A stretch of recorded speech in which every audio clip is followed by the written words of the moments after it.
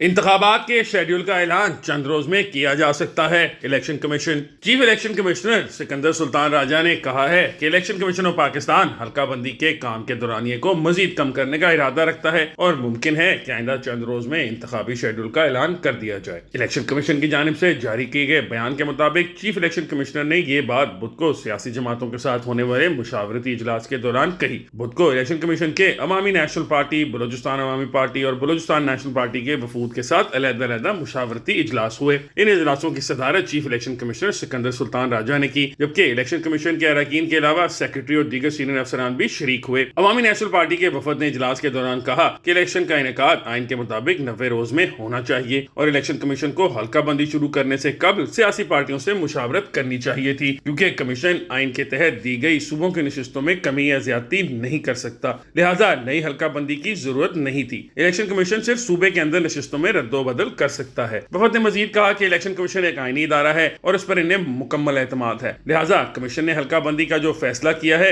वो सोच समझ कर किया होगा। लिहाजा अब इंतखाबात की तारीख का ऐलान और शेड्यूल भी दिया जाए ताकि सियासी पार्टियों और अवाम को तसल्ली हो। जिस पर चीफ इलेक्शन कमिश्नर ने कहा कि इलेक्शन कमीशन के जारी करदा शेड्यूल के मुताबिक हल्का बंदी का काम 120 दिन के अंदर यानी 10 दिसंबर 2023 को मुकम्मल होता है। इलेक्शन कमीशन हल्का बंदी के काम के दौरान ये को मजीद कम करने का इरादा रखता है और इसके फौरन बाद इंतखाबात के शेड्यूल का ऐलान कर दिया जाएगा। यह भी मुमकिन है कि आइंदा चंद रोज में हल्का बंदी के दौरानिये को कम करने के बाद साथ ही इलेक्शन शेड्यूल का ऐलान कर दिया जाए। इलेक्शन कमीशन ने 17 अगस्त को जारी किए गए एलामिये में कहा था कि मुल्क में इंतखाबात डिजिटल मरदमशुमारी 2023 के मुताबिक नई हल्का बंदियों के तहत होंगे, जिनका हतमी ऐलान रवां साल 14 दिसंबर में किया जाएगा। अवामी नेशनल पार्टी को यकीन दहानी कराई कि इंतखाबात फरवरी तक करवा दिए जाएंगे। कौमी असेंबली चूंकि अपनी मुद्दत मुकम्मल होने से कबल 9 अगस्त को तहलील कर दी गई थी, लिहाजा आइन के मुताबिक इंतखाबात 90 रोज में होना है। ताहम चूंकि इंतखाबात हालिया दिनों में मंजूर की गई डिजिटल मरदमशुमारी के मुताबिक होने हैं, इसलिए इलेक्शन कमीशन को नई हल्का बंदियां करनी होंगी।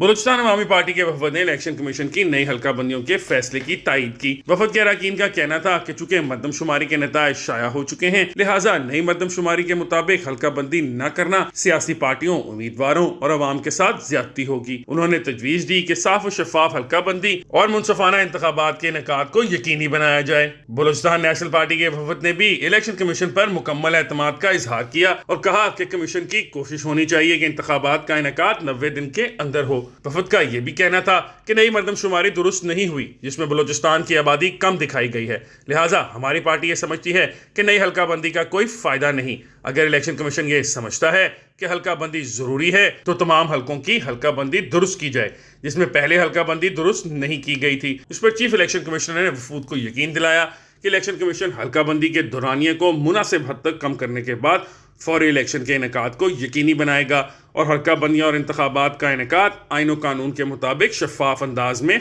होगा।